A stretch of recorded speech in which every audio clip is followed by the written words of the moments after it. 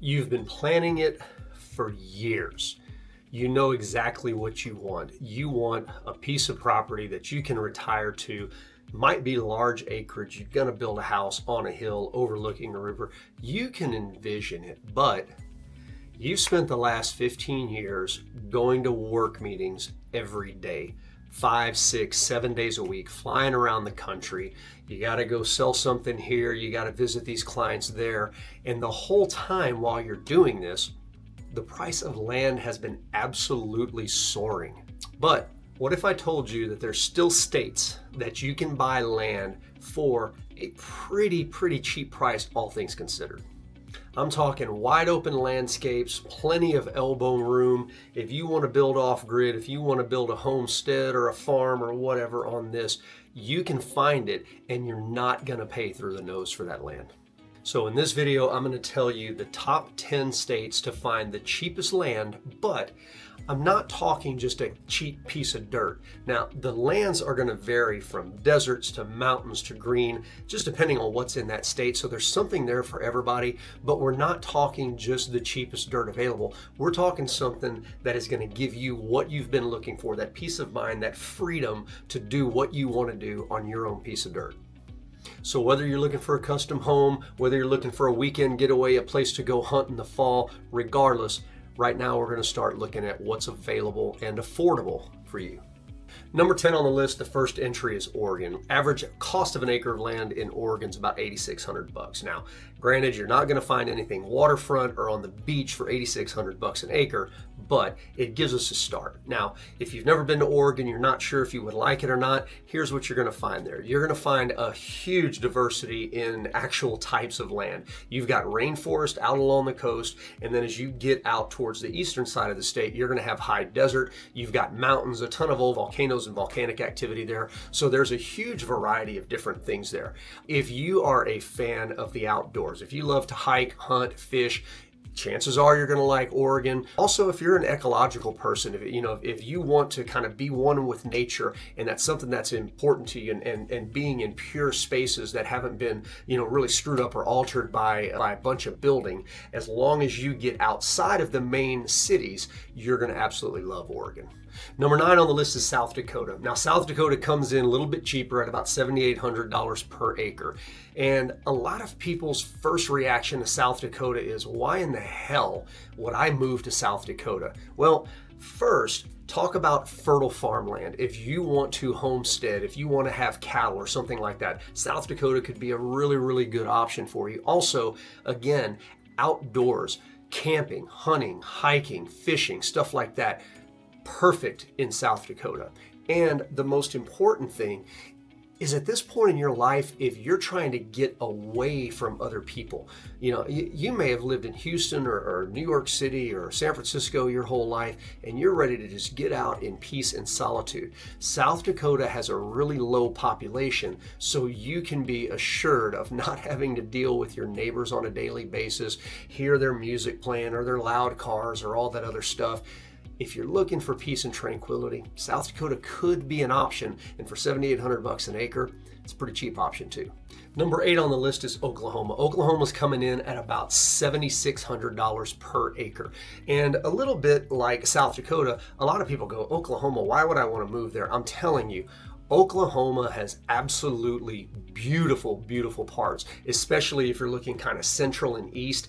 There's probably land in Oklahoma that you didn't even know existed.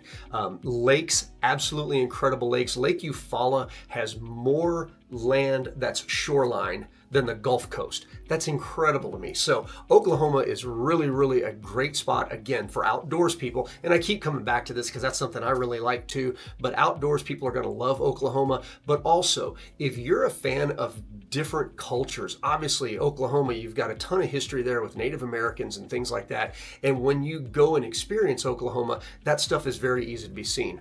The other part of Oklahoma that a lot of people don't understand is that their large cities are kind of spaced out, and they're not too big. Like, they're not like the DFW Metroplex or, again, San Francisco or New York, where they just, go on forever and ever. There's large cities like Tulsa and Oklahoma City, but they're small enough that you don't have to be more than maybe 30 or 45 minutes outside, and it can feel like you don't have anybody around you, but you're also close enough to a lot of things that you may want access to. You may want access to doctors or to airports and sporting events and stuff like that. So again, Oklahoma is a good option for these things because they've got professional sports teams, they've got college sports teams, they've got airports in multiple large cities that really aren't more than about 2 hours away from any part of the state, unless you get out in the extreme west side in the Panhandle. So again, number 8, Oklahoma could be an amazing option at about $7,600 an acre.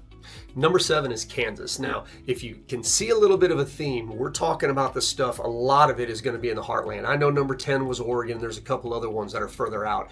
But Kansas, like Oklahoma, like South Dakota, right in the middle of the flyover states. And if you're looking for a potential area, again, to farm or ranch, Kansas has incredibly fertile land.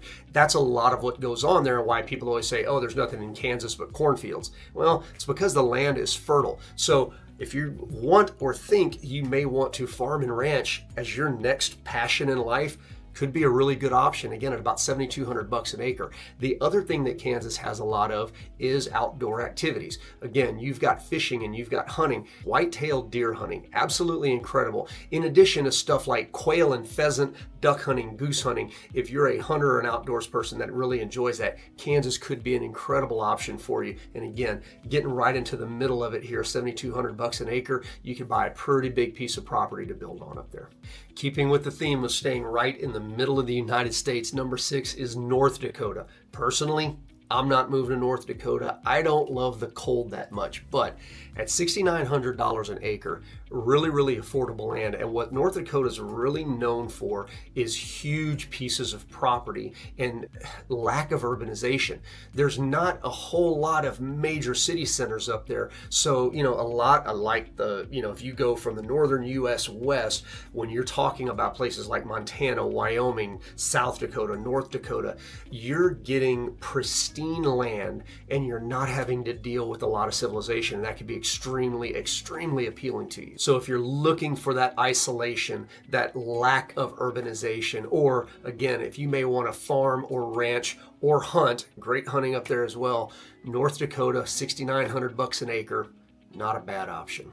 Number 5 is my adopted state. I absolutely love it. I own property here, Colorado, at about $6,800 an acre. Now, averages are just kind of a weird thing, right? Because you're not going to find land close to the city centers, Denver, Colorado Springs, at that price point. You might be able to find it close to Pueblo.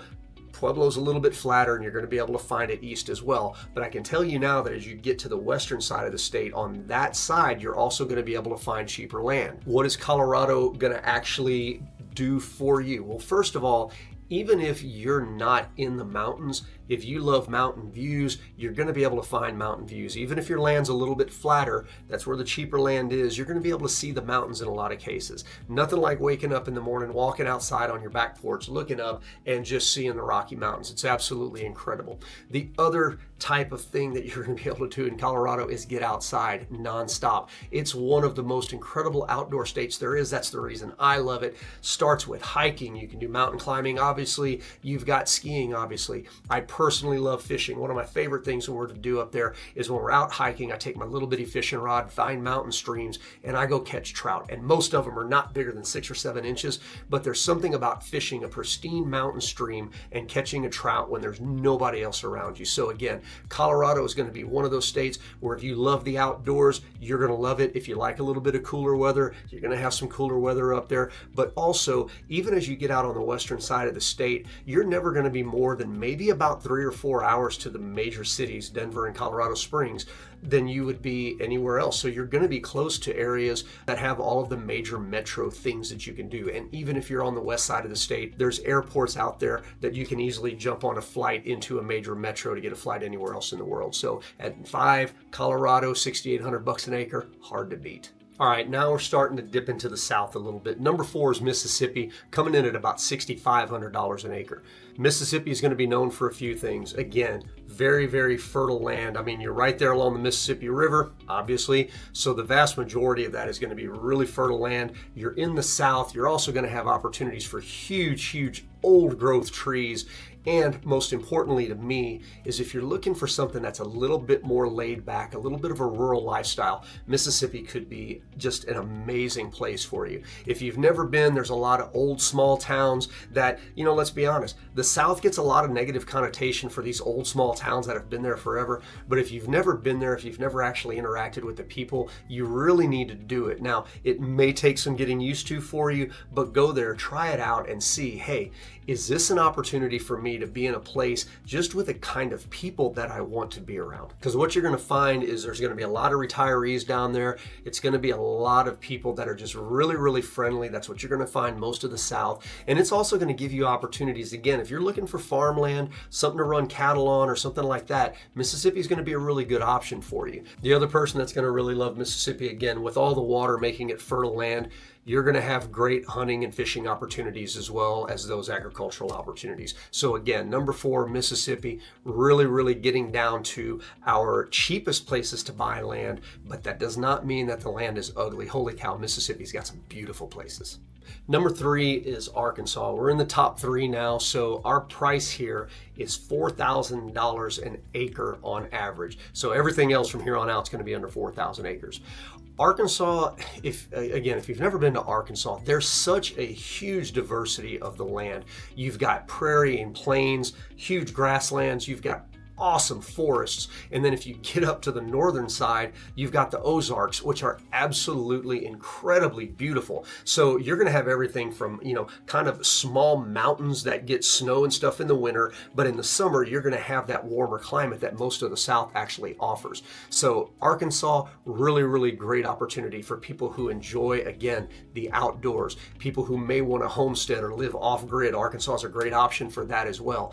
And again, if you need to be able to get places quickly and easily, Arkansas has got major airports in a couple of different cities, even though Little Rock is the only major city. That northwest side of Arkansas, up there around Fayetteville and Springdale, they also have airports. And then you're also, if you're on that western side of the state, you're also only about an hour to an hour and a half from Tulsa, who also has a major airport. So Arkansas has a lot of opportunities. Again, most of those are going to be around people that like to be outdoors, people that like a little bit of peace and quiet. They don't necessarily want their neighbors on top of them. And personally, I highly recommend getting out to the Ozarks, Table Rock Lake, absolutely incredible, Beaver Lake, all that stuff in the northern part of the state.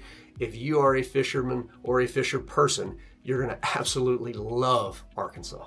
Number 2 at about $3,500 an acre is New Mexico. Now the last couple, Mississippi, Arkansas, even Oklahoma, those are going to be, it's a warm climate, but it's a wet climate. New Mexico is going to be a dry climate. We've got desert out here, but New Mexico also has a huge variation in the types of land that's out there. As you get further south and to the west, you're going to have just flat desert. You're going to be able to see huge mesas, and there's also massive mountains and snow skiing and everything like that up there. So if you want a varied landscape, New Mexico could be a really good option. Now, also that a lot of people don't understand this. I mean, it kind of stands to reason. New Mexico, there were a lot of Indian tribes out there also, but it's kind of a confluence of about 4 different cultures. So if you're an artist and you like unique, not only art, but also art in the buildings and history in the buildings and art and history in the towns, New Mexico could be a great opportunity for you. Now, you're going to have the ability in New Mexico to kind of customize what you want. Again, do you want to be near a bigger city? You've got Santa Fe and Albuquerque that are going to allow you to be near larger metro centers that are going to have ease of use or ease of access in and out of. But you also have the ability to get out in the middle of absolutely nothing and have nobody around you. So if you're looking for solitude, you've got that available to you. If you're looking for a little bit bigger metro areas, you've got that available to you. If you're looking to live in the mountains and potentially have skiing within 30 minutes, you've got that available to you, all at a fairly low cost.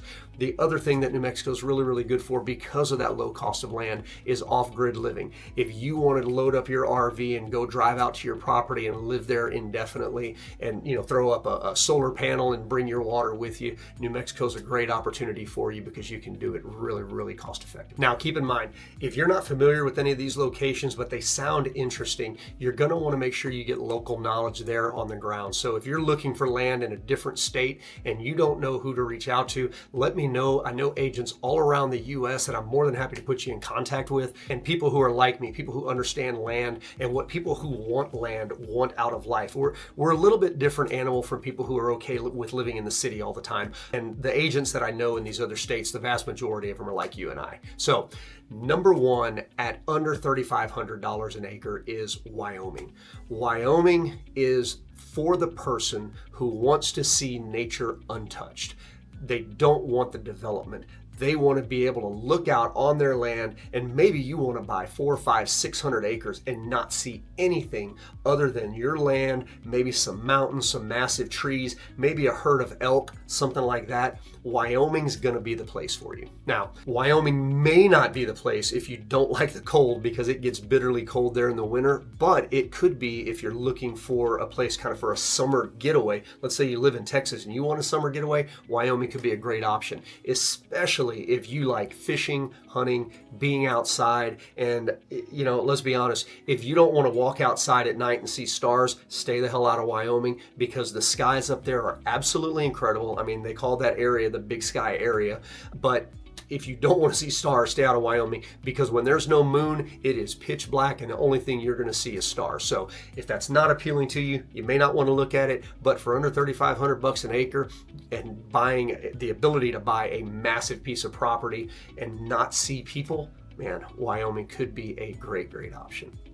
There you have it. Top 10 places to buy cheap land in the United States. Let me know what you think. Let me know if any of those are actually an option for you, or maybe I screwed up and one of these places is a hellhole. Tell me that too. Let other people know. All right, we'll talk to you on the next video.